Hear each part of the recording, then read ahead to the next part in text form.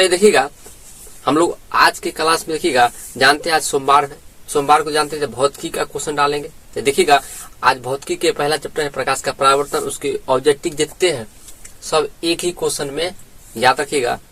जो भी 40-45 को जो भी क्वेश्चन है सब एक ही मतलब क्लास में सबको रिकॉर्ड कर रहे हैं और आप लोगों को एकदम बेहतर से बेहतर रिजल्ट आए, इसलिए हम लोग मेहनत करें। ठीक है, देखिएगा पूरा अंत तक देखिएगा, क्योंकि शुरुआती थोड़ा क्वेश्चन में लगेगा आपको इतने हल्का है कि मजा नहीं आ रहा है, मगर याद रखिए अंत तक देखिए मजा आएगा। ठीक, और लाइक और सब्सक्राइब जरूर करें अगर नए आदमी है तो, नए स्टूडेंट है तो, और दोस्तों को शेयर करना ना भूलें। चलिए चलते हैं। तो पहला क्वेश्चन देखिएगा क्या कहा, देखिएगा प्रकाश मतलब परावर्तन के नियम से निर्धारित होता है।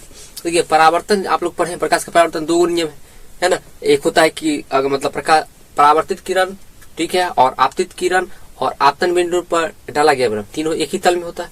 दूसरा नियम कहता है कि आपतन कोण और परावर्तन कोण बराबर होते हैं हमेशा, चाहे विशिष्ट परावर्तन हो चाहे आपका नियमित परावर्तन, दोनों परावर्तन में लागू होता है। तब देखिएगा आपतन कोण और परावर्तन कोण, पहले ऑप्शन सही है तो बात सही। इसमें क्या परावर्तन कोण अपवर्तन को बराबर होता है, तो कभी हो ही नहीं सकता। ये दो चैप्टर के एक ही बार में ले लिया है। आपतन कोण और विचलन कोण बराबर हो सकते हैं जब हम लोग वहां प्रिज्म बनाते थे, ठीक है, मगर यहाँ पे परावर्तन बोला था, परावर्तन में पहला आंसर सही। चलिए आगे चलते हैं। प्रकाश तरंग का उदाहरण देखिएगा, प्रकाश तरंग देखिए हमेशा प्रकाश बताए थे अनुप्रस्थ तरंग है, दूसरा बताए थे कि प्रकाश एक चुंबकीय तरंग, मतलब इसे चलने के लिए कोई माध्यम की जरूरत नहीं, माध्यम रहे तैयू चलेगा, नहीं रहे तैयू दौड़ेगा, मतलब प्रकाश नहीं रहे तैयू रहे तैयू, उससे कोई मतलब नहीं। ठीक है, तो आप देखिएगा ध्वनि पहला ऑप्शन क्या है, ध्वनि तरंग, दूसरा विद्युत चुंबक। देखिएगा ध्वनि तरंग एक यांत्रिक तरंग होता है, मतलब इसे चलने के लिए कोई माध्यम चाहिए, ठीक है, मैकेनिकल, तो ये एक यांत्रिक तरंग, तो ये तो हो नहीं सकता।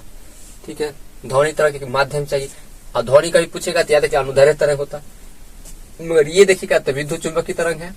अगर प्रकाश का भी ऑप्शन ये ना दे तो अनुप्रस्थ तरंग जरूर देगा, अनुप्रस्थ।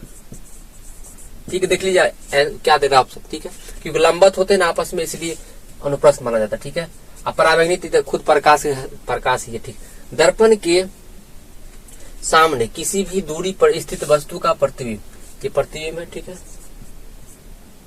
प्रतिबिंब सीधा प्रतीत होता है तो वो दर्पण होगा। देखिएगा हमेशा सीधा प्रतिबिंब होने के लिए कौन सा दर्पण आखिर होगा। देखिएगा एक जानते हैं, हम लोग जानते हैं कि सीधा प्रतिबिंब केवल समतल बनाता है क्या, एकदम सही, समतल तो बनाता है, मगर और ऑप्शन देखिए क्या अवतल बनाता है। अवतल में एक केस में बनता है, मतलब दर्पण के सामने किसी भी दूरी पर कहीं भी रखना है तो अवतल में तो एक जगह रखते हैं, जब ध्रुव और फोकस के बीच तब ये बनता है, तो मतलब ई तो नहीं होगा, ये हो सकता है केवल उत्तल होगा।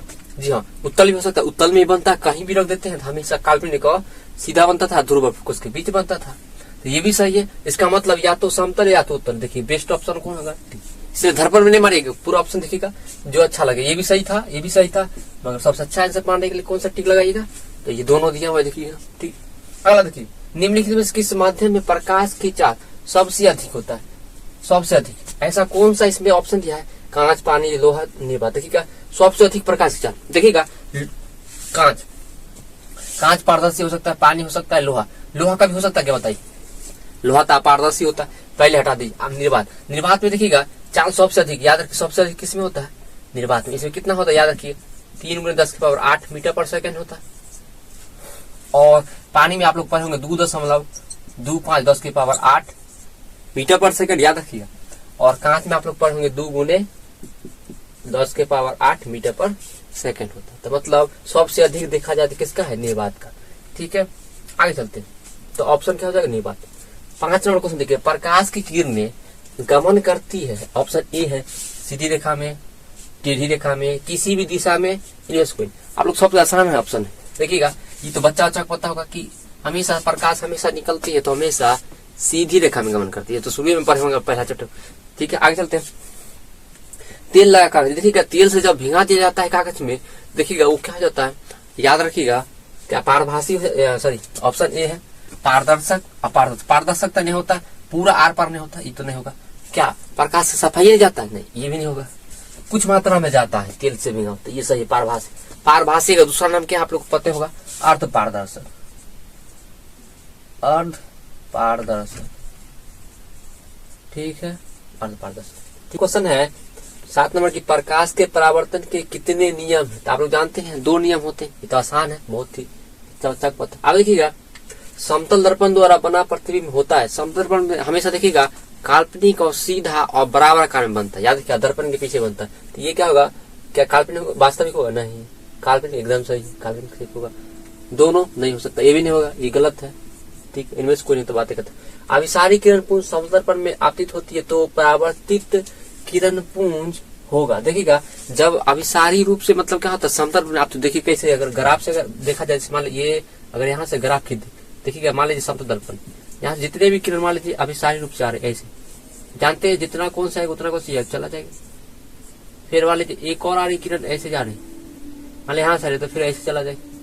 मतलब जितने भी किरण आएगी सब क्या होगा, देखिएगा आएगी और क्या होगा, फैलता चला जाएगा।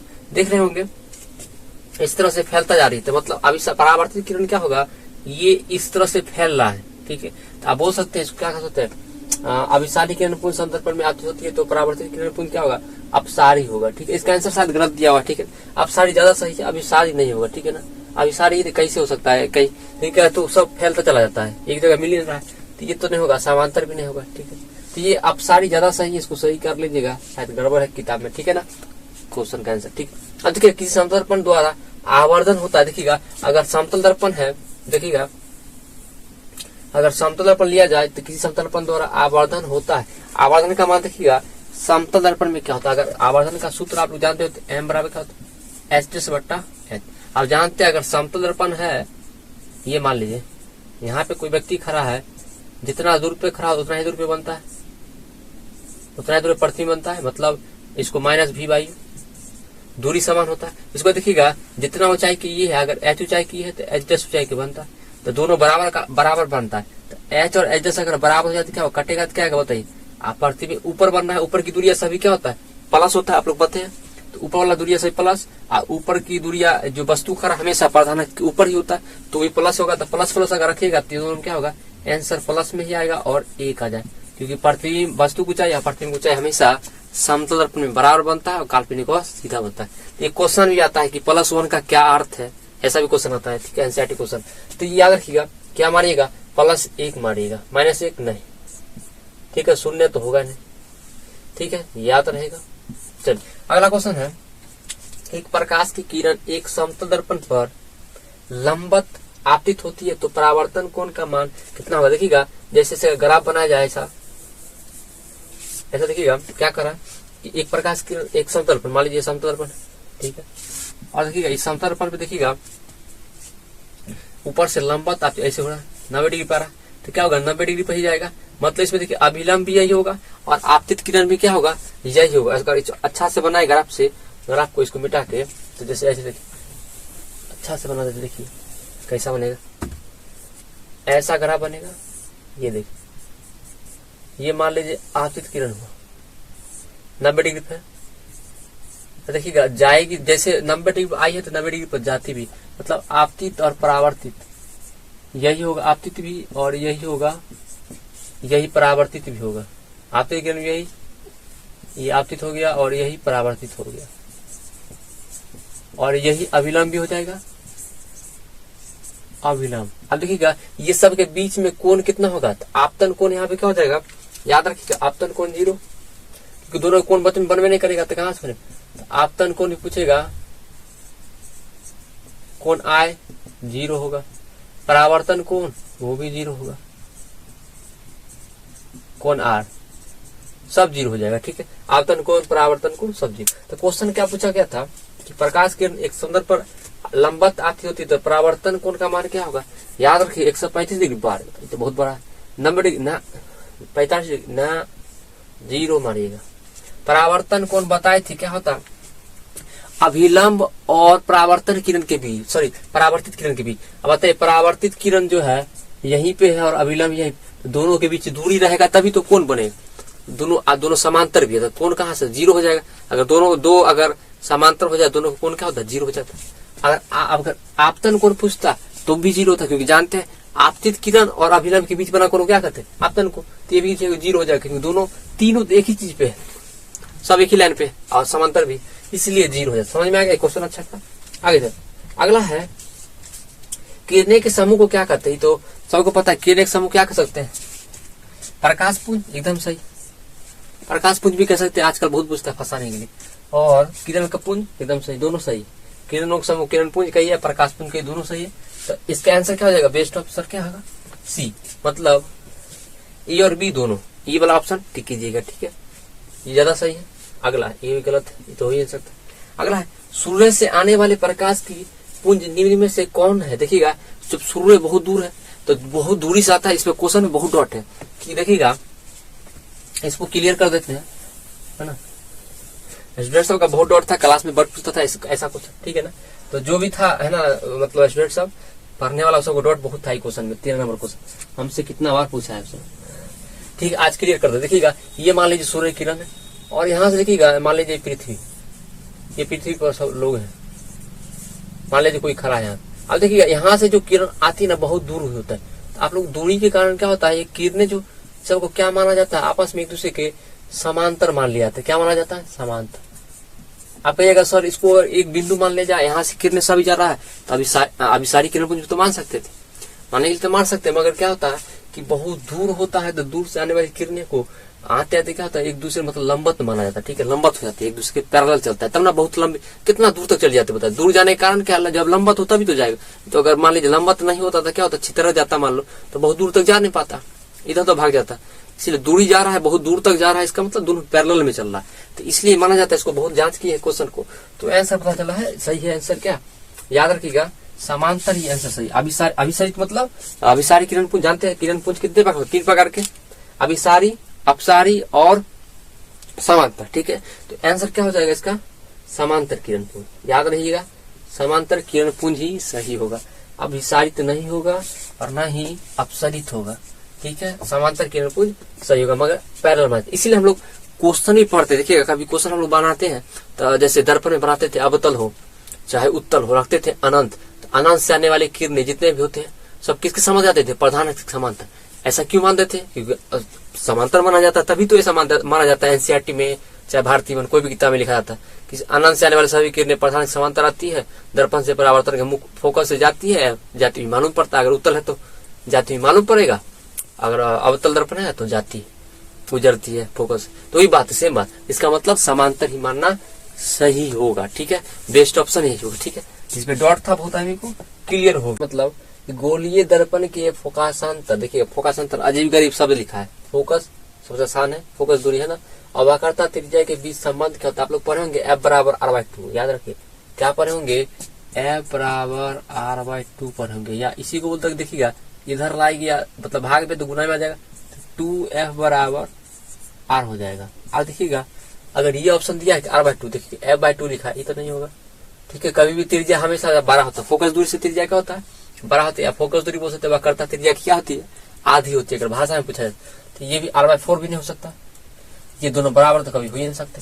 तो क्या हो जाएगा? R बराबर 2F, मतलब R जो होते हैं वक्रता त्रिज्या फोकस दूरी के क्या होते हैं? 2 गुनी होते हैं। देखिए भाषा भी पूछता है, भाषा पे क्वेश्चन भी आता है, ये ध्यान रखिएगा। चलिए अगला क्वेश्चन देखिएगा 15 नंबर, किसी बिंब, बिंब मतलब क्या होता है? वस्तु, याद रखिए बिंब मतलब वस्तु, वस्तु का अवतरण द्वारा बना प्रतिबिंब आभासी, सीधा तथा बड़ा पाया गया, तो वस्तु की स्थिति कहाँ होनी चाहिए, मतलब कहाँ पे रखिएगा जहाँ पे बड़ा, सीधा और काल्पनिक बने। याद रखिएगा, एक ही ऐसा बिंदु है जहाँ पे रखने पर बड़ा अति बनता है। देखिएगा ये जब कहाँ रखिएगा, को थोड़ा मिटाना पड़ेगा, ठीक है, इसको मिटा देते हैं हम। यहाँ पे अगर रख देते हैं, अगर मान लीजिए ऐसा कहीं रहा है, यहाँ पे रख रहे हैं, ये रहा अवतल पर, और ध्रुव और फोकस ये रहा P और यह F और यह C, इसके बीच रखिएगा हमेशा। तो क्या बनता था? ऐसे किरण गई प्रधान समांतर, फोकस चली गई, और एक ध्रुव से गुजारी तो ध्रुव चली जाती, पीछे देखिएगा तो क्या होगा? मिलता हुआ मालूम पड़ता है, ये दर्पण के पीछे बनता है, काल्पनिक और सीधा बनता है और बड़ा बनता था। याद है आप लोग को आ रहा होगा थोड़ा, है ना, कि जगह नहीं था, थोड़ा अच्छा से बना नहीं पाए, ठीक। तो याद रखिएगा क्या होगा? मुख्य फोकस और वक्रता केंद्र के बीच, मतलब आभासी प्रतिबिंब कब बनेगा? जब मुख्य फोकस और वक्रता केंद्र के बीच रखना है, इसके बीच रखिएगा तो देखिए अनंत और वक्रता केंद्र मतलब फोकस के बीच, मतलब इसके बीच रखिएगा, फोकस वक्रता केंद्र के बीच, तो अनंत और वक्रता केंद्र के बीच बनता है। जब वक्रता केंद्र पर रखिएगा तो वक्रता केंद्र पे बनता है, ये भी नहीं होगा। अगर वक्रता केंद्र से पर रखिएगा तो कहाँ बनेगा?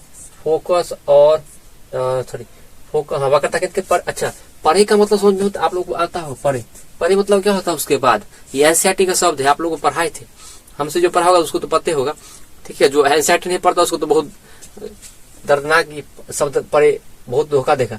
परे मतलब उसके बाद होता है, वक्रता केंद्र के बाद। देखिएगा मतलब वक्रता केंद्र के जब बात रखिएगा तो जानते होंगे फोकस और वक्रता केंद्र के बीच बनता है। देखिएगा ये भी नहीं होगा। दर्पण के ध्रुव, देखिएगा ध्रुव और मुख्य फोकस के बीच, एकदम सही है। देखिएगा ध्रुव और मुख्य फोकस के बीच रखे हैं तो कहाँ बना था? काल्पनिक और सीधा दर्पण के पीछे बनता है। तो देखिएगा अगला वीडियो देखिएगा तो बहुत सारे हम वीडियो डाले हुए हैं, पूरा एक वीडियो प्ले लिस्ट में जाइए, वहां मिल जाएगा आपको, ठीक है। अगला वीडियो पूरा सबका ग्राफ बताए। देखिए काल्पनिक आभासी प्रतिबिंब होता है, काल्पनिक आभासी प्रतिबिंब देखिएगा कैसा होता है, हमेशा याद रखिएगा काल्पनिक प्रतिबिंब हमेशा हमेशा सीधा बनेगा, चाहे दुनिया के कोई कोना में इधर से उधर, चाहे लेंस हो चाहे दर्पण हो, कुछ भी। अब वास्तविक प्रतिबिंब हमेशा हमेशा उल्टा बनेगा, चाहे दुनिया के इधर से उधर हो जाए, उससे कोई मतलब नहीं। ये ध्यान रखिएगा, दो ऑप्शन ऐसे कट जाता है, बहुत अच्छा। तो काल्पनिक कभी भी उल्टा हो ही नहीं सकता है, तो क्या होगा? सीधा। हाँ, अगर वास्तविक प्रतिबिंब पूछता तो क्या मारते? उल्टा। ये वास्तविक प्रतिबिंब पूछता तो उल्टा मारते, याद रखिए। वास्तविक प्रतिबिंब, वास्तविक उल्टा होता, काल्पनिक कभी हो सकता, ये भी ऑप्शन नहीं होता, ठीक। अगला देखिएगा करेगा हजामत के लिए किस दर्पण का उपयोग किया जाता है? हजामत बनाने के लिए आप लोग जानते हैं, जैसे देखिएगा हजामत बनाने जाते हैं, दाढ़ी मूंछ बनाना हो चाहे सेविंग कराना हो, देखिएगा क्या होता है? ध्रुव पर फोकस करें। ये जो क्वेश्चन देख रहे हैं 15 नंबर, आप दर्पण को द्वारा बना पड़ती है भाग से सीधा बड़ा बनता है। जब दर्पण के ध्रुव और फोकस के बीच बैठा है, देखिएगा दर्पण थोड़ा ऐसे टिल्ट होता है, मतलब अवतल बना देता है। और देखिएगा कुर्सी जो बैठाने वाला होता है वो देखिएगा हमेशा ध्रुव और फोकस के बीच ही होता है। जैसे पार्लर, लड़के में क्या होता है, महिला में पार्लर में ब्यूटी पार्लर में जाता है तो वहां भी देखिएगा बहुत नजदीक बैठाता है आईना के, तो अवतल दर्पण बन जाता है, थोड़ा सा टिल्ट रखता है, जिससे क्या होता है? थोड़ा बड़ा दिखे और सीधा दिखे। और जैसे उसमें देखिएगा चपोरता है, नेशनल पाउडर बहुत होते, वो तो हो गया महिला का बात, ब्यूटी पार्लर वाला। मगर हम लोग को सेविंग करता है तो वहां देखिएगा थोड़ा देखिएगा बहुत अच्छे से करना पड़ता था, कि क्या होगा जब अस्तूरा चला जाता था कटे नहीं, सब बचा के रखा जाता। चाहे कैंची चला रहा था, डिजाइन बना रहा नया नया, तो उसको अच्छा से दिखना चाहिए, बड़ा तो बड़ा दिखना चाहिए और बड़ा दिखना चाहिए, इसलिए कहाँ पर रखा जाता है? तो अवतल दर्पण का उपयोग किया जाता है। बड़ा बनाना था, बड़ा तो अवतल में ही बनता है। ऐसे अगर आपको सर ऑप्शन काटना तो कैसे करेंगे? उत्तल देखिएगा छोटा बनाता है, ये तो हो ही नहीं सकता है, एक जानवे कर साइड मिरर में करते हैं। उसको देखिएगा समतल, समतल बराबर आकार बनाता है, ये भी नहीं होता। याद रखिए बड़ा प्रतिबिंब एक ही बनाता है दर्पण, जो है अवतल, याद रहेगा। अगला चलते हैं, तो आंसर क्या हो जाएगा इसका? अच्छा अवतल। अगला है सर्च लाइट का परावर्तक सतह होता है। देखिएगा सर्च लाइट, देखिएगा कभी देखे होंगे, सर्च लाइट मतलब टॉर्च। देखिएगा बहुत आसान है, सर्च लाइट मतलब क्या होता है? टॉर्च। ये टॉर्च का बात कर रहा है, तो टॉर्च देखिएगा, अगर टॉर्च अगर दिखाएं तो देखिए कैसा होता है टॉर्च। ये जैसे इसको जैसे खोलिएगा गौर से, देखिएगा ऐसा कुछ टॉर्च रहता है, ठीक है। और इसमें देखिएगा ऐसे जो इसमें लगे होते हैं, ऐसा परावर्तक होता है, देखिएगा लगा होता है इसमें बल्ब, यहाँ बीच में फोकस पे रख देता है, जिससे क्या होता है? किरणें जो भी निकलता है इससे फोकस से टकराता है दर्पण और अनंत के मतलब प्रधान के समांतर भाग जाता है, अनंत तक जाता है। तो यहाँ पे देखिएगा ऐसा कुछ होता है, ऐसा। तो ये कैसा है बताइए? ये अंदर क्यों ऐसा है? अंदर क्यों थोड़ा मुड़ा हुआ है? तो ये कौन सा दर्पण हो जाएगा? इसको अगर इधर मुंह देखे रहे तो ऐसा है, तो ये कौन सा दर्पण हो जाएगा? याद रखिएगा अवतल दर्पण, ठीक है। तो क्या हो जाएगा? उत्तल होगा नहीं, अवतल दर्पण होगा, ठीक। समतल भी नहीं होगा, ठीक है। ये देखिएगा सर्च लाइट टॉर्च का भी खोल के देखिएगा, हम लोग बहुत देखते थे, अंतर में खोल देखिएगा, फोकस पे बल्ब रखता है और ऐसे दिखाई देगा, तो कौन सा दर्पण होता है? अवतल। अब इधर से देखिएगा टॉर्च को उल्टा बना दिए, ठीक है, ऐसे टॉर्च बनाइएगा, इधर क्यों ऐसे बनाइएगा टॉर्च, तो आपको दिखाई देगा अच्छे से। हाँ ये देखिए, ये आपका टॉर्च हो गया, ठीक है। और यहाँ बटन दे देते हैं, ये देखिए ऐसा दिख रहा है ना अवतल दर्पण, जैसे इधर से दिख रहे हैं, तो ठीक है बाएं तरफ। अगला चलते हैं, तो सर्च लाइट हो गया। दांत विशेषज्ञ, देखिएगा दांत हो, दांत में क्षय हो जाता है, या तो दांत विशेषज्ञ जो डॉक्टर होते हैं ना, चिकित्सा, ठीक, ओडोंटोलॉजिस्ट बोल सकते दांत का। तो दांत विशेषज्ञ किस दर्पण का उपयोग मरीजों के दांतों का बड़ा प्रतिबिंब देखने के लिए करता है? ठीक बात, कोई बात, या तो हजामत बनाने के लिए हो, या दांत कान नाक आंख जो डॉक्टर के द्वारा देखा जाता है, उसमें भी ये सेम का। देखिए 19 नंबर क्वेश्चन और 17 नंबर क्वेश्चन, दोनों का आंसर 15 से मिलता जुलता है। मतलब आखिर कैसे? तो याद रखिए, यहाँ भी प्रतिबिंब को अच्छा दिखाना, बड़ा दिखाना और सीधा दिखाना, तभी तो डॉक्टर को दिखेगा अच्छा से कि बड़ा है, सीधा दिख रहा है। तो हमेशा ध्रुव और फोकस के बीच, कभी पूछेगा हजामत बनाने के लिए कहाँ पे वस्तु रखते हैं? दर्पण में, दर्पण के ध्रुव फोकस के बीच। पूछेगा कभी, बताइए दांत विषय जो कान नाक जांच होते हैं या डॉक्टर के द्वारा दांत का जांच होता है, उसमें कहाँ पे रखता है वस्तु को? तो ध्रुव और फोकस के बीच। तो मजे हो गया सर जी, एकदम मजे की बात, याद रखिएगा, क्योंकि बड़ा प्रतिबिंब दिखना है ना। तो क्या होगा? अवतल दर्पण होगा। उत्तल छोटा बनाता ये हो नहीं सकता, दांत मान लीजिए इतनी को दांत होता और छोटा दिखाइएगा, उस डॉक्टर को दिखे भी नहीं करेगा, ठीक है ना, लगेगा माइक्रोस्कोप देखना पड़ेगा उसको, है ना। तो ये भी नहीं होगा। और समतल तो होगा ही नहीं, बराबर प्रतिबिंब, ठीक है। आंसर क्या मारेगा? अवतल दर्पण, बी नंबर सही, ठीक। समतल दर्पण द्वारा समतल दर्पण की फोकस दूरी होती है। समतल दर्पण की फोकस दूरी देखिएगा हमेशा याद रखिए। जैसे मान लो अगर समतल दर्पण आपको बनाना चाहते हैं, देखिएगा कैसा, ये मान लीजिए गोलीय दर्पण है, ये ऐसा गोलीय दर्पण होता है, ठीक है, ये गोलीय दर्पण, और इधर से मान काटना है तो ऐसा अंदर से काटना है। अब देखिएगा अगर इसको अगर काटा जाए इतनी को, जानते समतल पर कैसा सीधा होता है पूरा। अब बताइए अगर ऐसा हमको चाहिए समतल पर एकदम सीधा, बताइए कितने बड़ा का वृत्ताकार बनाना पड़ेगा, बहुत बड़का बनाना पड़ेगा, क्योंकि जानते हैं ये सीधा इतने बुलाने के लिए बहुत बड़का वृत्ताकार बनाना पड़ेगा। अगर वृत्ताकार बड़ा होगा तो उसका केंद्र भी बहुत बड़ा होगा। आप लोग बोलिए हाँ सर केंद्र भी बहुत बड़ा, मतलब इसका वक्रता त्रिज्या भी बड़ा होगा, बोल सकते हैं ये तो वक्रता त्रिज्या है, ये भी बहुत बड़ा होगा। तो ये जितना बड़ा होगा इसको बोल सकते हैं अनंत। अब अनंत है, बताइए उतना बड़ा है तो वक्रता त्रिज्या अनंत है, फोकस दूरी तो अनंत होबे करेगा।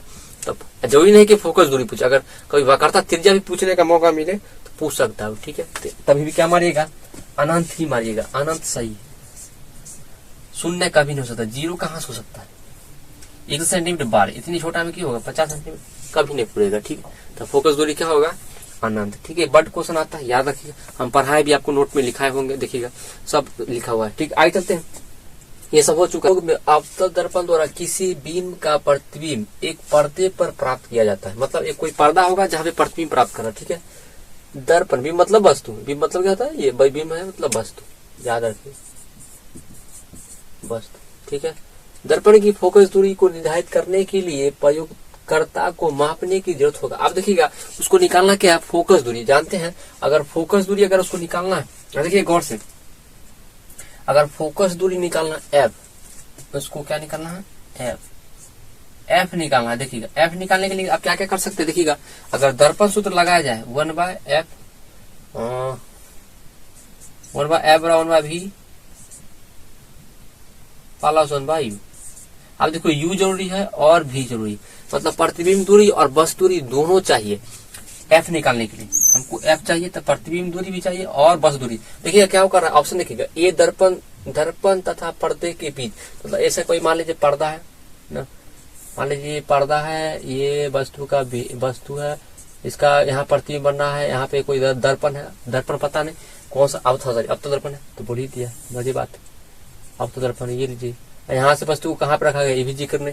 तो आप देखिएगा क्या क्या जरूरी हमको चाहिए, देखिएगा एफ निकालने के लिए इसका फोकस दूरी, एफ निकालने के लिए हमको क्या क्या चाहिए?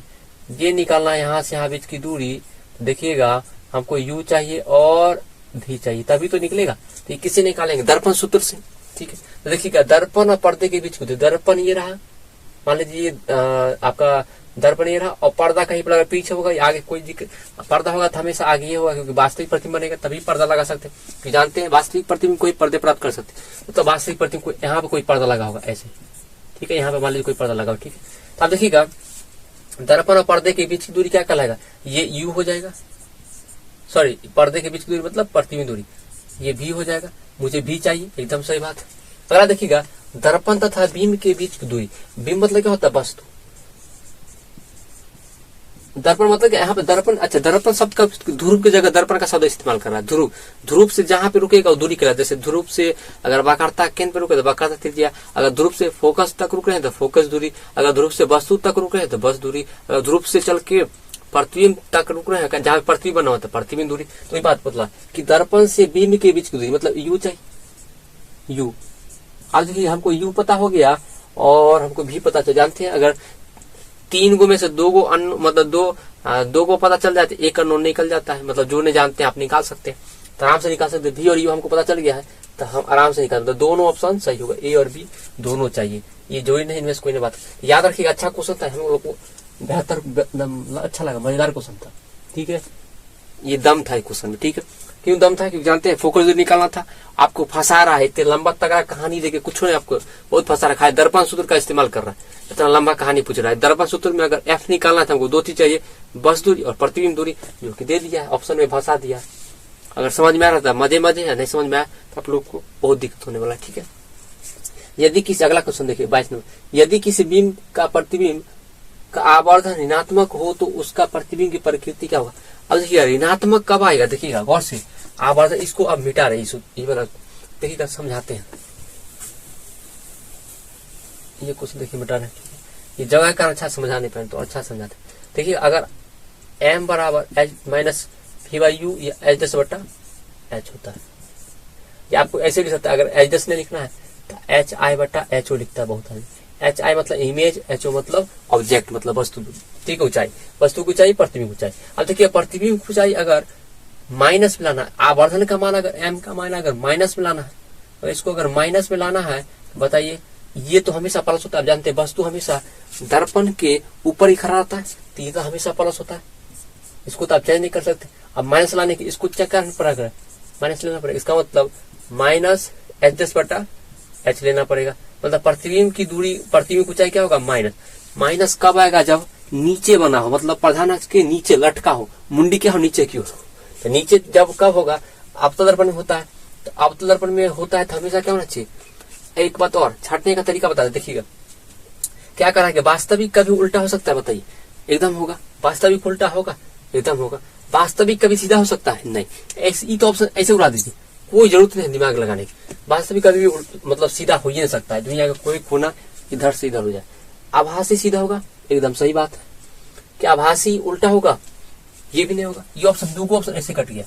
आभासी कभी भी, आभासी मतलब काल्पनिक प्रतिबिंब, कभी भी उल्टा हो ही नहीं सकता, ये दोनों तो ऐसे कट गया। बताइए दो ऑप्शन ए और सी। सी में आप देखिएगा आभासी अगर प्रतिबिंब बनेगा तो सीधा बनेगा, और सीधा बनेगा तो एच दस हमको प्लस लेना पड़ेगा, हमको प्लस तो लेना नहीं है, तो आवर्धन का मतलब माइनस आएगा ही नहीं, इसलिए इसको तो हटाइए दीजिए, तो बचा क्या, ये वास्तविक और उल्टा।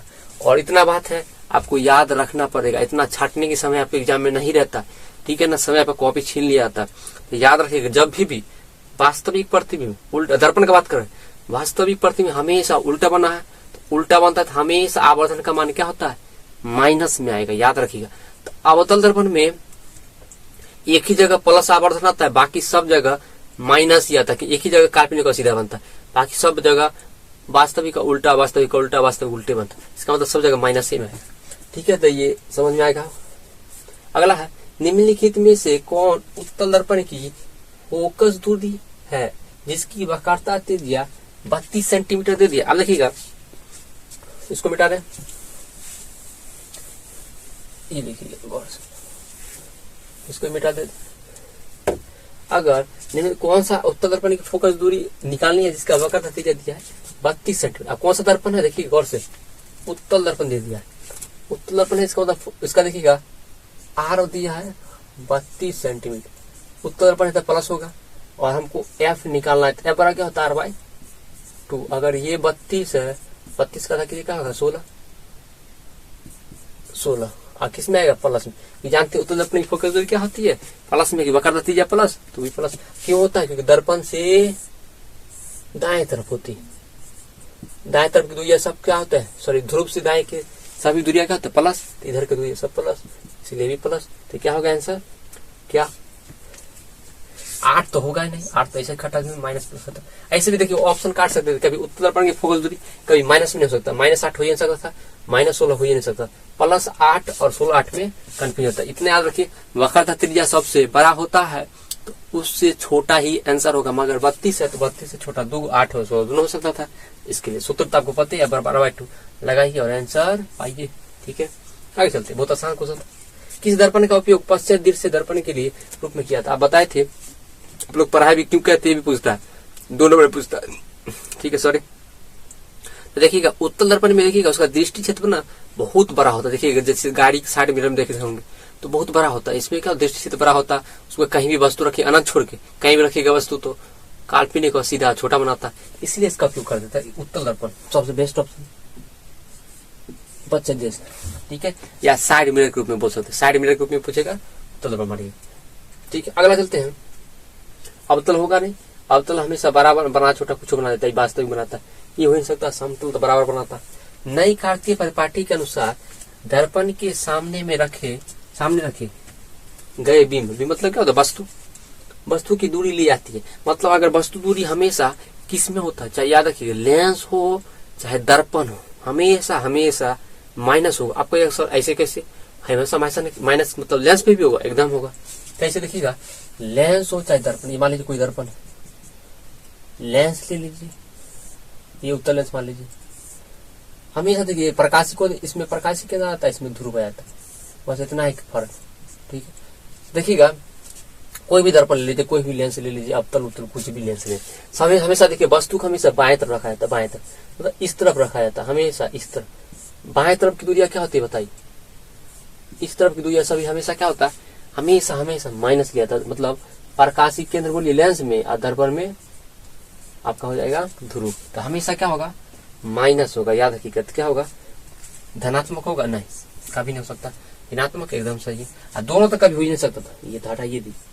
ठीक है, चलिए आगे चलते हैं। अगला क्वेश्चन है कि निम्न में से किस दर्पण की फोकस दूरी धनात्मक होती है। अब फोकस दूरी आपको बताए, फोकस दूरी किसका धनात्मक होगा, जो क्या हो, जिसका दायां तरफ हो। दायां तरफ किसका होता है, देखिएगा दो दर्पण तो है हम लोग पढ़ रहे हैं, एक अवतल, ये कौन सा अवतल हो गया, अवतल का देखिए फोकस इधर होता है, और ये रहा, अब ये भी अवतल है, ये रहा आपका उत्तल। उत्तर में देखिए फोकस क्या है, इधर, तो इधर प्लस लेते हैं, तो इधर की दूरिया सब क्या होता है, ध्रुव से सभी प्लस होता है, इधर की दूरिया सभी क्या होते हैं, माइनस होता है, माइनस और प्लस। तो क्या होगा, ये उत्तल दर्पण है तो प्लस होगा। तो देखिएगा ऑप्शन ये है समतल। समतल का निर्धारित नहीं है, क्या हो सकता है, कोई दिक्कत, कोई उसका बता नहीं सकते आप क्या होगा। उत्तल दर्पण एकदम सही है, प्लस। किस दर्पण की फोकस दूरी प्लस धनात्मक होगा, उत्तल। अवतल नहीं हो सकता, उत्तल का माइनस होता है। ठीक है, तो पूछेगा अवतल दर्पण की ऋणात्मक फोकस दूरी होती है। अच्छा, कभी फोकस दूरी पूछे चाहे वक्र त्रिज्या पूछे, दोनों सेम होता है, दोनों एक ही तरफ होते हैं। ठीक, अच्छा एक बात और याद रखिएगा, ये सब किधर होते हैं, तो अवतल दर्पण देखिएगा, अवतल दर्पण में दर्पण के सामने होते हैं जितने भी वक्रता केंद्र हो चाहे फोकस दूरिया फोकस आरो, मगर इसके उत्तल के पीछे होते हैं। एनसीईआरटी में लिखा हुआ, याद रखिए, बहुत फेमस है। 5 नंबर, किसी कार के अग्रदीप में प्रयुक्त दर्पण निम्नलिखित में से कौन है। देखिएगा कार के जो आगे होते हैं लगे अग्रदीप, देखिएगा तो कार के आगे मतलब क्या होता है, अग्रदीप मतलब जानते हैं जो हेडलाइट होते हैं ना, उसका बात कर रहा है। तो हेडलाइट में कार के अग्रदीप, हेडलाइट में अवतल दर्पण का उपयोग करते हैं। किसका उपयोग करते हैं, अवतल दर्पण। देखिए आंसर इसका गलत भी हो सकता है। ठीक है, तो अवतल दर्पण ज्यादा सही होगा, क्योंकि जानते हैं हेडलाइट में बताए थे किसका उपयोग करते हैं, अवतल दर्पण, हेडलाइट। अग्रदीप बोला, दीप मतलब क्या होता है, जो रोशनी प्रदान करे, अग्रदीप तो जो रोशनी देने वाला जो आगे है, तो अग्रदीप मतलब क्या होता है, हेडलाइट। तो हेडलाइट में देखिएगा बहुत कंफ्यूजन है, याद रखिएगा, किसी कार के अग्रदीप पूछा जाएगा तो क्या होगा, अग्रदीप।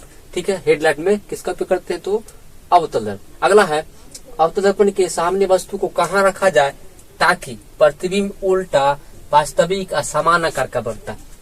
अवतल दर्पण बताए थे समान बनता है, बराबर बनता है, बड़ा आकार में।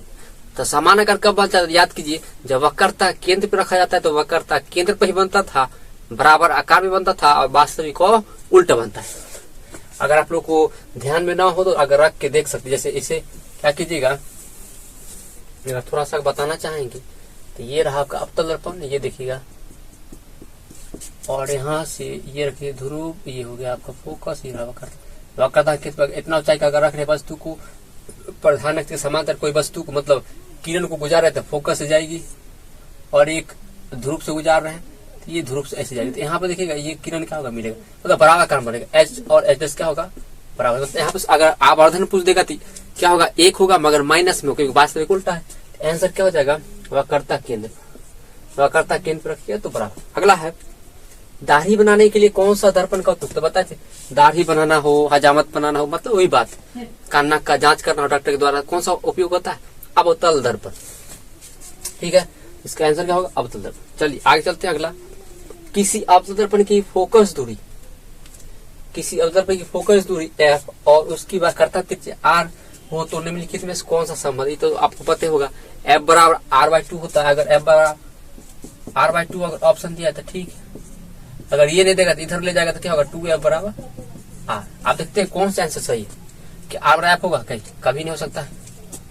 r बराबर 2f एकदम सही, ये देखिए मिल गया ना, r बराबर 2f। आगे चलते अगला, उत्तल दर्पण में बना काल्पनिक प्रतिबिंब होता है, ठीक है। उत्तल दर्पण में हमेशा काल्पनिक प्रतिबिंब बनता है और छोटा बनता है, तब बोल रहा है क्या होगा, सीधा एवं आवर्धित बनता है। सीधा तब बनता है मगर आवर्धित नहीं बनता है। आवर्धित मतलब क्या होता है, ये एक शब्द होता है बहुत सटीक बोला, याद रखिए आवर्धित। आवर्धित का मतलब होता है बड़ा, ठीक है। तो बड़ा तो नहीं बनता है उत्तल में, ये तो गलत है। उल्टा बनता, उल्टा तो कभी बन भी नहीं करता उत्तल में, ये तो ऐसे काट दीजिए। अगला बात देखिएगा, सीधा बनता है एकदम बनता है, छोटा बनता है एकदम सीधा ही बनता है, छोटा ही बनता है, याद रखिए एकदम सही बात है। तो इसीलिए उत्तल दर्पण का उपयोग तो गाड़ियों के साइड मिरर में करते हैं, बहुत अच्छा बात है। तो ये वाला ऑप्शन सही हो जाएगा, सी नंबर। आगे चलते देखिएगा, किसी 32 नंबर है कि किसी दर्पण से हमेशा वस्तु से छोटा प्रतिबिंब होता है, मतलब हमेशा वैसा कौन सा दर्पण जो हमेशा छोटा बनाता है। देखिएगा पहले ऑप्शन क्या है, उत्तल, एकदम सही बात, हमेशा छोटा बनाता है। अवतल में छोटा बड़ा बराबर तीनों बनाता है, तीन हो सकता था। सी में देखिएगा तो हमेशा बराबर आकार बनता है समतल दर्पण में, ये भी नहीं हो सकता था, तो होगा क्या, उत्तल, ठीक है। अगला चलते हैं, देखिए क्वेश्चन है कि अवतल दर्पण की फोकस दूरी होती है धनात्मक ऋणात्मक या ए बी दोनों। देखिएगा दो तो कभी नहीं हो सकता, मतलब ए और बी कभी नहीं हो सकता। अब देखिएगा अगला, अगर हो सकता है तो क्या हो सकता है, या तो धनात्मक या तो ऋणात्मक। अब जानते हैं अवतल दर्पण कैसा होता है, देखिए ये इसका देखिएगा फोकस दूरी इधर है, तो फोकस दूरी क्या होगा बताइए। अगर बाएं तरफ की दूरियां, सभी दूरी कहाँ से माप जाती है दर्पण में, ध्रुव से। ध्रुव से अगर बाएं तरफ जाते तो क्या होगा, माइनस कीजिएगा, तो फोकस दूरी इसका क्या हो जाएगा, अवतल दर्पण की ऋणात्मक, ठीक है। अगर उत्तल का पूछता तो धनात्मक, ठीक है। समझ में आ गया होगा। चलिए चलते हैं। क्वेश्चन है कि गोलीय दर्पण परावर्तक पृष्ठ की वृत्ताकार सीमा रेखा का व्यास क्या कहलाता है। देखिए एनसीईआरटी पढ़िएगा तो द्वारा की एपर्चर, उसका परिभाषा है कि किसी भी दर्पण के जो वृत्ताकार व्यास की जो सीमा रेखा होता है, मतलब कितने किरणों को अपनी ओर मतलब आने की क्षमता देता है, वो सब क्या कहलाता है, द्वारा करा जाए एपर्चर। तो फोकस नहीं होगा, ये तो नहीं होगा, और न ही वक्रता त्रिज्या होगा, और न ही प्रधान अक्ष होगा। देखिए द्वारक दिया है ना, द्वारक एपर्चर याद रखिएगा, बहुत फेमस है। द्वारक का मान हमेशा याद रखिएगा वक्रता केंद्र से बहुत कम होता है, ये भी ऑब्जेक्टिव बन सकता है, याद रखिए एनसीईआरटी में लिखा हुआ है, ठीक। आगे देखिएगा अगला है, दर्पण का सूत्र क्या है, सबको पता होगा 1/f = 1/v + 1/u। ये देखिए जल्दी, ये पूरा सही है, प्लस वाला इसका सूत्र देखिए लेंस का, ये लेंस सूत्र है, ठीक है। और ये तो कोई सूत्र नहीं है, ठीक है, ये भी कोई सूत्र नहीं, ठीक है। तो ये देखिएगा दर्पण सूत्र 1/f = 1/v + 1/u, और 1/v - 1/u क्या होता है, लेंस सूत्र होता है, ठीक है। ये दोनों आप लोग पढ़े। अगला है कि एक गोलीय दर्पण की फोकस दूरी अगर 20 है, प्लस है, तो देखिएगा फोकस दूरी प्लस, इसका मतलब कौन सा दर्पण होता है, उत्तल दर्पण होता है। देखिएगा है तो यह गोलीय दर्पण कैसा होगा, देखिएगा उत्तल, एकदम सही बात है, उत्तल होगा। अवतल में फोकस दूरी क्या होती है, माइनस होती है, और समतल में तो कोई होगा, ठीक है। तो आप लोग जानवे करते हैं इसका, जब ग्राफ खींचिएगा, ये देखिएगा जैसे ये ग्राफ खींचना चाहते हैं, देखिएगा जैसे ये हो गया आपका ये उत्तल दर्पण, ठीक है, इसका फोकस इधर होता है, और अवतल का देखिएगा इधर होता है, जो कि माइनस होता है, तो ये क्या होगा, उत्तल सही। अगला, यदि किस दर्पण की फोकस दूरी चिन्हों के परिपाटी के अनुसार ऋणात्मक मानी जाती है, देखिए सेम बात है, किस दर्पण की फोकस दूरी, अब देखिए फोकस दूरी किसका ऋणात्मक होगा, इधर ध्रुव से अगर इधर माना जाए, ध्रुव से बाएं तरफ, ध्रुव से बाएं तरफ सभी दूरियां क्या होती है, ऋणात्मक, और ध्रुव से दाएं तरफ सभी दूरियां धनात्मक होती है। इसका आंसर क्या हो जाएगा, किस दर्पण की फोकस दूरी ऋणात्मक मानी जाती है, तो माइनस किसका हो जाएगा, याद रखिएगा अवतल दर्पण, ठीक है। समझ में आएगा आप लोग। अगला है कि अवतल दर्पण में आवर्धित काल्पनिक प्रतिबिंब बनाने के लिए वस्तु को कहाँ रखा जाता है। देखिएगा अगर बड़ा बनाना है और काल्पनिक और सीधा, याद रखिएगा अवतल दर्पण में कहाँ पर रखा जाता है, एक ही जगह। ये देखिएगा ये रहा आपका P, ये रहा F, ये रहा, यहाँ ध्रुव और फोकस के बीच रखिएगा, तभी आपको क्या बनेगा, बड़ा और काल्पनिक और सीधा बनता था, याद है दर्पण के पीछे बनता था, ये दोनों को मिला दीजिएगा तो काल्पनिक और सीधा बनता था, याद रखिएगा। तो कहाँ पर रखिएगा, आवर्धित, आवर्धित मतलब बड़ा और काल्पनिक प्रति बनाने के लिए, तो क्या रखिएगा, फोकस और ध्रुव के बीच, एकदम सही बात है, फोकस और ध्रुव के बीच रखना है। वक्रता केंद्र से परे, मतलब वक्रता केंद्र के बाद रखिएगा, देखिएगा मतलब अनातर वक्रता केंद्र के बीच रखिएगा, तो ध्रुव और फोकस और वक्रता केंद्र के बीच बनता था, और वास्तविक उल्टा मतलब नहीं होगा। फोकस पे रखेगा तो फोकस पे रखेगा तो अनंत पे बनेगा, मतलब कोई प्रतिबिंब नहीं बनता। नया वाला एनसीईआरटी पढ़ेगा तो उसमें लिखा गया कोई प्रतिबिंब नहीं बनता। और वक्रता केंद्र और फोकस के बीच ये भी नहीं होगा, ये भी वास्तविक उल्टा बनता है। ठीक, अगला क्वेश्चन देखिएगा, निम्नलिखित में से किस दर्पण द्वारा किसी वस्तु का आभासी प्रतिबिंब मिल सकता है? तो ऐसा कौन सा दर्पण होगा जिसमें आभासी प्रतिबिंब मिलेगा, सिर्फ आभासी? देखिएगा, गौर कीजिएगा, क्या समतल होगा? समतल में मिलता है, एकदम मिलता है समतल में सब। किस दर्पण का किस द्वारा किसी वस्तु का आभासी प्रतिबिंब मिल सकता है? क्या उत्तल में मिल सकता है? एकदम मिलेगा। अवतल में भी एक केस पे मिलता है, अभी तुरंत बताया, ध्रुव और फोकस के बीच रखेगा तो इसका मतलब इसका आंसर क्या होगा? सभी मारना होगा, सभी आंसर सही हो कि सभी में बन सकते, उत्तल में बन सकते, अवतल में भी और समतल में भी बन सकते। मगर अवतल में एक ही जगह बनता है, समतल में हर जगह बनता है और उत्तल में भी हर जगह बनता है। अगला क्वेश्चन लास्ट है ये 40 क्वेश्चन कि फोकस दूरी 20 सेंटीमीटर के अवतल दर्पण की वक्रता त्रिज्या कितना होगा? आप लोग जानते हैं आर बराबर क्या होता है? 2f। यहाँ से फोकस दूरी दिया 20 तो 2 गुने 20, 20 दूना 40 सेंटीमीटर। ठीक है, इसका आंसर क्या हो जाएगा? 40 सेंटीमीटर। प्लस माइनस नहीं दिया तो कोई बात नहीं। अगला, उत्तल दर्पण में आवर्धन का मान क्या हो सकता है? देखिए, आवर्धन का मान उत्तल का निकालिएगा। उत्तल दर्पण में हमेशा आपको याद होगा तो छोटा प्रतिबिंब बनता है, मतलब m बराबर h+h। अगर ये छोटा होगा और ये बड़ा होगा तो 1 से मान कम होगा, हमेशा 1 से कम आने वाला है। अगर 1 से कम आएगा वो भी क्या आएगा? प्लस में। ये जानते हैं हमेशा काल्पनिक का सीधा बनाता है, तो ये प्लस तो प्लस में आंसर आएगा। और 1 से कम होगा तो देखिएगा 2 होगा क्या? नहीं, 2 मतलब क्या? तो दुगुना गुना प्रतिबिंब बनना, ऐसा होता ही हमेशा छोटा बनता है। 1 भी नहीं होगा, ये समतल दर्पण में होता है। 1 किसका होता है? समतल दर्पण का। और 2 किसका हो सकता है? अवतल का हो सकता है। मगर आधा एकदम सही, अनंत कभी नहीं होगा। ठीक, इसका आंसर क्या मारेगा? आधा हो सकते हैं, मगर याद रखिए 1 से कम हमेशा होता है, वो भी प्लस में होता है उत्तल दर्पण का। और समतल दर्पण का आवर्धन +1 होता है। ठीक है, अगर अवतल का पूछ देता है, अवतल का देखिएगा छोटा प्रतिबिंब, बड़ा प्रतिबिंब, बड़ा और बराबर तीनों बनता है। वहां पे क्या होगा? 1 से कम, 1 या 1 से ज्यादा भी हो सकता है। ठीक है, चलिए चलते हैं तो अगले क्वेश्चन। चलिए अगले क्वेश्चन देखिएगा, आंख, नाक, गला के चिकित्सक द्वारा उपयोग में लाए जाने वाला दर्पण कौन सा? देखिए, आंख, कान जांच बताए थे ना कौन सा दर्पण आंख उपयोग करता है। ऐसा दर्पण खोजिए जो बड़ा प्रतिबिंब बनाए और रियल दिखाए। तो जानते हैं एक ही दर्पण होगा, उत्तल होगा, उत्तल काल्पनिक का सीधा बनाता और छोटा बनाता, कभी नहीं हो सकता। अवतल दर्पण एकदम सही, अवतल दर्पण बड़ा काल्पनिक और काल्पनिक बनाता है, बड़ा काल्पनिक और सीधा कहाँ बनाता है? जब ध्रुव और फोकस के बीच बनाता है। तो ये देखिए अवतल दर्पण बनाता है, ध्रुव और फोकस के बीच रखेगा तो समदर्पण होगा नहीं, याद रखिएगा। एक ही ऐसा दर्पण है जो काल्पनिक और सीधा और बड़ा बना है। तो ये आंख का नाक जांच में आप लोग पढ़े होंगे। अगला, यदि अवतल दर्पण का निचला भाग टूट जाए। ठीक है, जब दर्पण ऐसा हो, जैसे मान लीजिए दर्पण, इसका क्या किया जाए? ये प्रधान अक्ष है P, F और C। अगर ये भाग देखिए पूरा हटा दिया जाए, निचला भाग पूरा तोड़ दिया जाए, तो आप देखिएगा जो वस्तु यहाँ पे खड़ा है वो वस्तु का तो प्रतिबिंब बनेगा, जैसा वैसा बनेगा।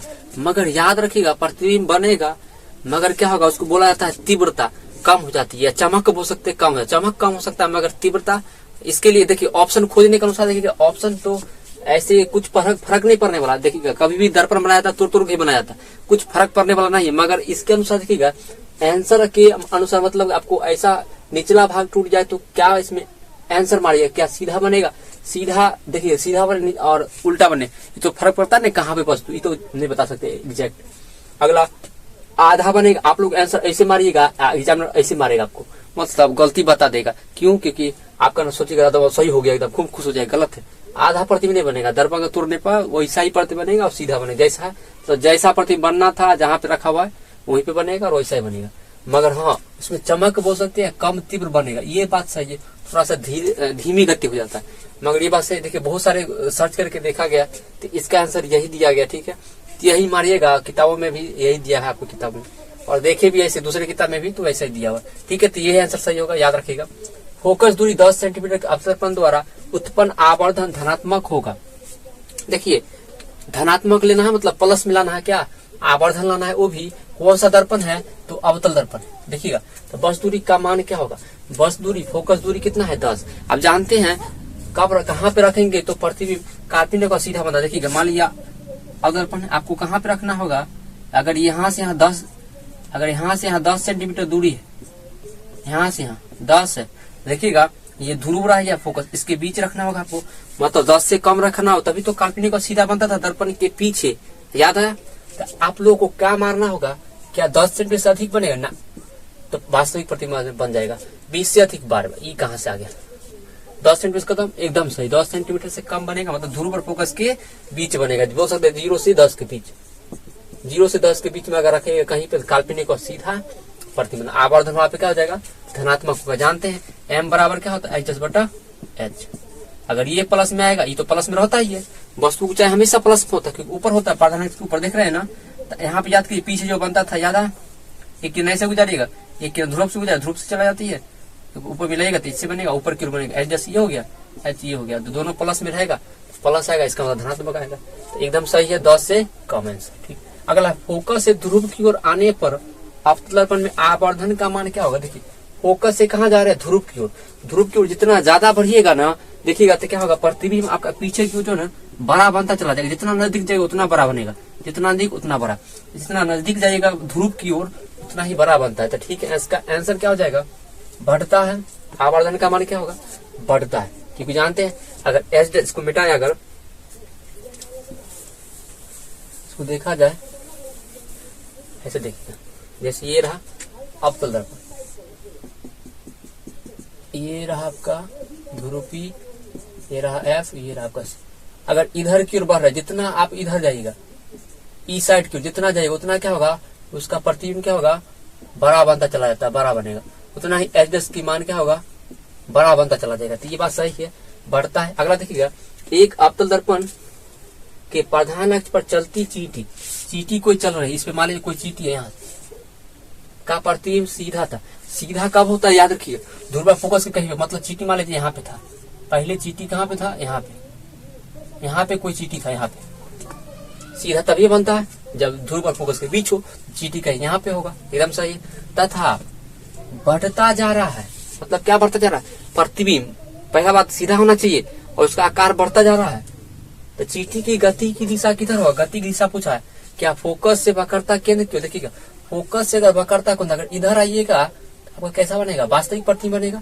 अब वास्तविक प्रतिबिंब हमेशा उल्टा होता है, तो इसका तो इसका मान का तो गलत कर देगा, इसका मतलब ये तो नहीं होगा।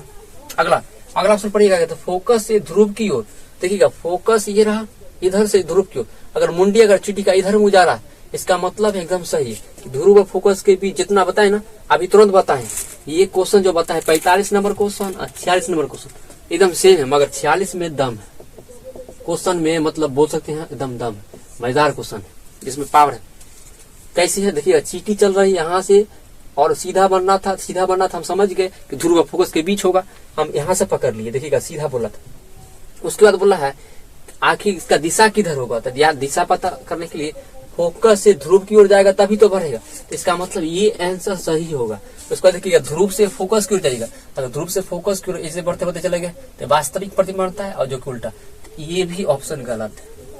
ठीक है, क्योंकि ये पार कर जाएगा इधर तो वास्तविक हो जाएगा, मगर हाँ इधर जितना जाएगा वो क्या होगा, सीधा बनता चला जाएगा और ध्रुव के नजदीक चल जाएगा। और बढ़ता भी बोला है ना, ये देखिए बढ़ता है और इधर आने पर घटता है। आप लोग पढ़े होंगे ध्रुव से फोकस को जिधर मतलब वक्रता केंद्र के बाद अगर इधर चले गए, सबका प्रतिबिंब का आकार क्या होता है, छोटा बनता चला जाता है। आप लोग पढ़े होंगे अनंत पे रखते थे, फोकस भी बनता है बिंदु आकार, आप लोग पढ़े होंगे। और वक्रता केंद्र के जब परे रखिएगा तभी भी छोटा बनता है, इसका मतलब इधर से जहाँ घसकेगा तो छोटा बनेगा। इसका मतलब ये ऑप्शन तो, ये वाला ऑप्शन तो नहीं होगा और न ही ये ऑप्शन। आंसर क्या होगा, ये फोकस से ध्रुव की ओर। ये मजेदार क्वेश्चन था, मजा आ गया। ठीक, अगला चलते, अगला अवतल दर्पण की किस प्रकार का दर्पण, अवतल दर्पण किस प्रकार का दर्पण जानते हैं। अवतल दर्पण देखिएगा, सभी किरणें जितने भी किरणें अनंत से आने वाले सभी फोकस पे आती है, इधर से गई अनंत से आने वाले सभी फोकस एक ही जगह पे मिलती है। जितने भी किरण आएंगे सब कहाँ पे आगे गुजरती है, फोकस। इसका मतलब है सभी किरणों को एक जगह कन्वर्ज कर रहा है, तो कन्वर्जिंग कर रहा है तो बताइए मिला रहा है तो क्या होगा, अभिसारी किरण पुंज। आप लोग पढ़े होंगे तो क्या होगा आंसर इसका, अभिसारी। हाँ, अगर यही अगर पूछ देता बताइए अपसारी किसको कहा जाता था, अपसारी उत्तल दर्पण को कहते हैं, उत्तल दर्पण। आखिर कहिएगा क्यों सर, क्यों कहते हैं ऐसा। देखिएगा उत्तल दर्पण कैसा होता है, ये रहा आपका उत्तल दर्पण, ये रहा आपका एफ और ये रहा आपका सी। जितने भी किरण आएगा देखिएगा यहाँ से क्या होगा, ये विकसित हो जाएगा, फैल जाएगा। ये किरण दिखाई अविकसित हो गया, फैल गई। और सभी कहाँ से मिलती हुई मालूम पड़ेगा, फोकस पे मिलती हुई मालूम पड़ता है। मगर फैल रहा है ना, इधर उधर फैल रहा है, तो जो फैलता है एक बिंदु से निकलकर चारों ओर, उसके क्या कहते हैं, अपसारी किरण पुंज, इसलिए इसे क्या कहते हैं, अपसारी उत्तल दर्पण। याद रखिएगा, कभी उत्तल पूछ सकता है, या तो ये तो अवतल पूछा है मगर उत्तल भी पूछ सकता है, आगे के क्वेश्चन बन सकता है। ठीक है, हमको विश्वास है कि अच्छा लगा होगा आप लोग को। अगर आप लोग को अच्छा लगा है तो लाइक करें, सब्सक्राइब करें और लोगों को शेयर करें, दोस्तों को भेजें, ताकि क्या हो, मेरा भी कुछ मोटिवेशनल जगह बनाने की वीडियो का। ठीक है, बहुत मेहनत लगता है। ठीक है, और मिलते हैं नेक्स्ट क्लास में। कल देखिएगा क्या होता है ना, ऑब्जेक्टिव अभी लगातार आएगा। ठीक है ना, सभी चैप्टर बाय चैप्टर। ठीक है, अगर आप लोगों का ऐसे ही लाइक सब्सक्राइब अच्छा बना रहा और पूरा वीडियो पूरा मतलब चैप्टर का हो जाएगा। ठीक है, अच्छा लगा है तो जरूर दोस्तों को शेयर करें, लाइक सब्सक्राइब करना ना भूले। मिलते हैं नेक्स्ट क्लास में जल्द ही। ठीक है, जय हिंद।